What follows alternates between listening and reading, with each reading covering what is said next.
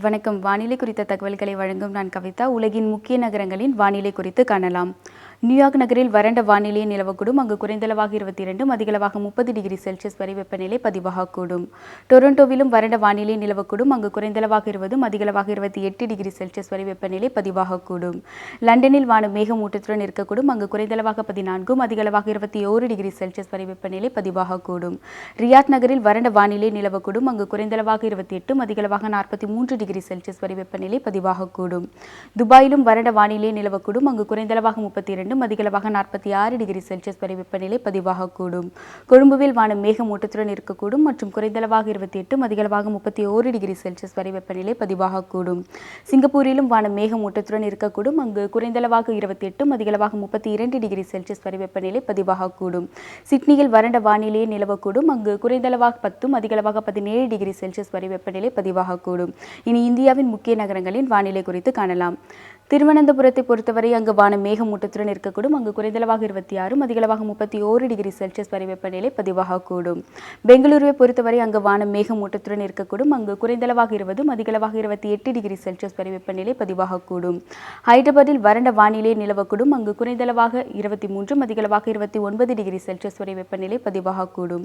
மும்பையில் மழை பொழிவதற்கான வாய்ப்புகள் உள்ளன. அங்கு குறைந்தளவாக 26, அதிகளவாக 28 டிகிரி செல்சியஸ் வரை வெப்பநிலை பதிவாகக்கூடும். கொல்கத்தாவை பொறுத்தவரை அங்கும் மழை பொழிவதற்கான வாய்ப்புகள் உள்ளன. அங்கு குறைந்தளவாக 37, அதிகளவாக 31 டிகிரி செல்சியஸ் வரை வெப்பநிலை பதிவாகக்கூடும். டெல்லியை பொறுத்தவரை அங்கு வானம் மேகமூட்டத்துடன் இருக்கக்கூடும். அங்கு குறைந்தளவாக 27, அதிகளவாக 33 டிகிரி செல்சியஸ் வரை வெப்பநிலை பதிவாகக்கூடும். மற்றும் ஸ்ரீநகரில் வானம் மேகமூட்டத்துடன் இருப்பதுடன் அங்கு குறைந்தளவாக 20, அதிகளவாக 26 டிகிரி செல்சியஸ் வரை வெப்பநிலை பதிவாகக்கூடும். இனி தமிழ்நாட்டின் முக்கிய நகரங்களின் வானிலை குறித்து காணலாம்.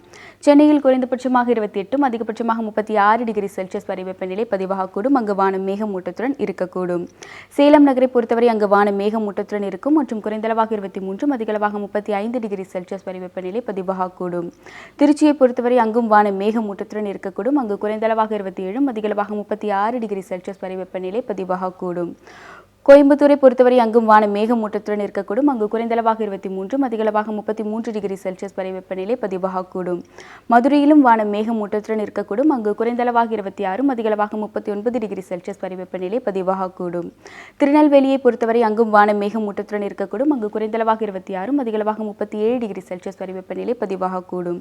நீலகிரியில் மழை பொழிவதற்கான வாய்ப்புகள் உள்ளன. அங்கு குறைந்தளவாக 13, அதிகளவாக 21 டிகிரி செல்சியஸ் வரை வெப்பநிலை பதிவாகக்கூடும்.